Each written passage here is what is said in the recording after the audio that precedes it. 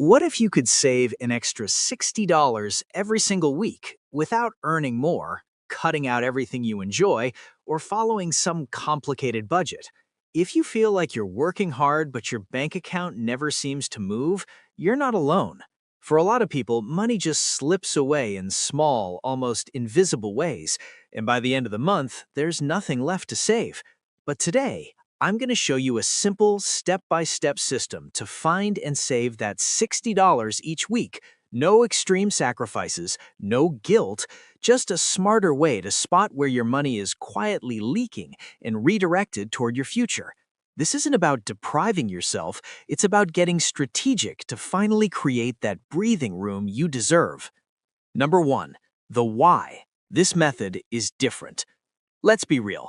Most saving advice you hear feels like a slap in the face when you're trying to make ends meet. They say, just skip your daily latte. But what if you're already making coffee at home and still struggling?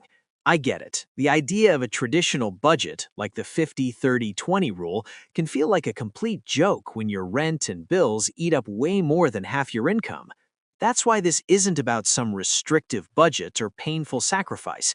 It's a smart system to find what I call money leaks, small, sneaky expenses that drain your account without you even noticing. We're not slashing your lifestyle, we're becoming money detectives to find those hidden dollars and point them toward your freedom. Because that's what saving really is: control, stability, and the power to handle life without panicking. This method is about finding $60 a week. That's over $3,100 a year by making small, mindful changes, not massive ones. Number 2, the tutorial part 1, the financial audit, the money leak finder. All right, this first step is the most important, and it only takes about 15 minutes. We're going to do a quick financial audit. I know that sounds intense, but it just means we're looking at where your money actually went over the last 7 days. We want to see your real spending habits. Pull up your bank or credit card statement online.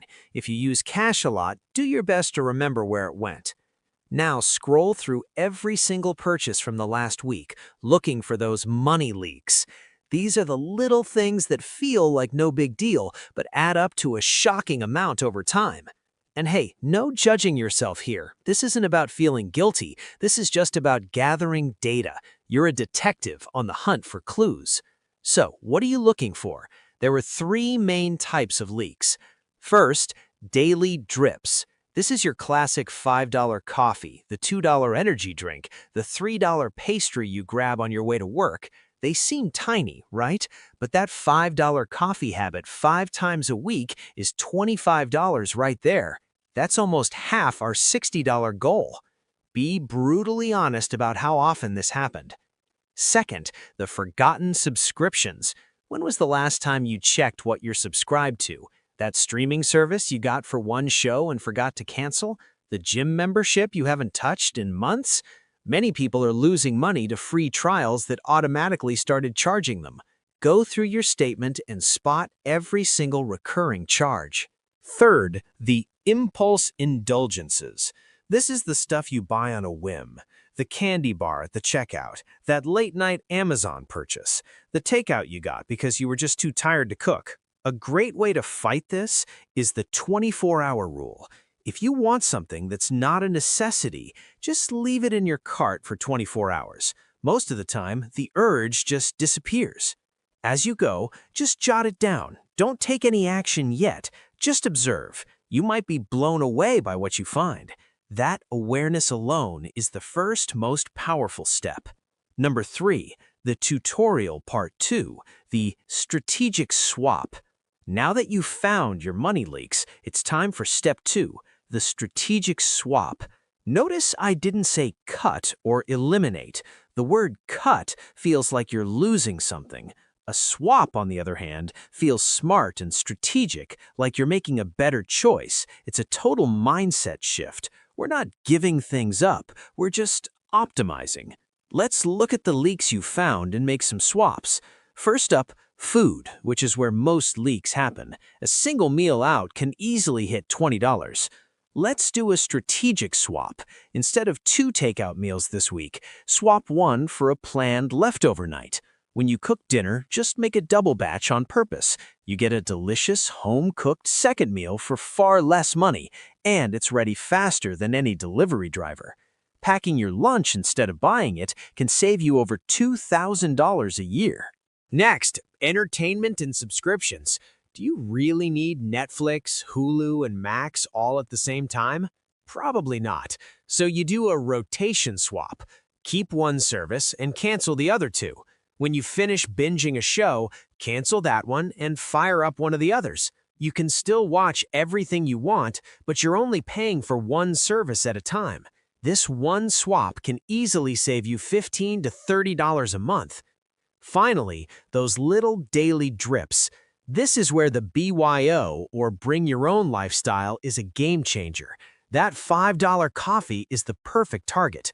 Swap the cafe run for a good thermos in your favorite coffee from home. A quality travel mug pays for itself in a single week. The same goes for drinks. A reusable bottle you fill at home costs nothing. Again, it's not about giving up coffee, it's about getting that same caffeine fix for pennies. The goal is to find just 2 to 3 swaps that feel easy and doable for you. Don't try to change everything overnight. Start with the easiest ones to build some momentum. Number 4, the tutorial part 3, the $60 plan and the pay yourself first method. Okay, let's put it all together. How do these small changes actually get us to $60 a week? It's way simpler than you think. Let's build a sample recipe for saving $60. Your own recipe might look a little different, but this just shows how possible it is. Strategic Swap 1. You swap one $20 takeout meal for cooking at home. Savings, $20. Strategic Swap 2.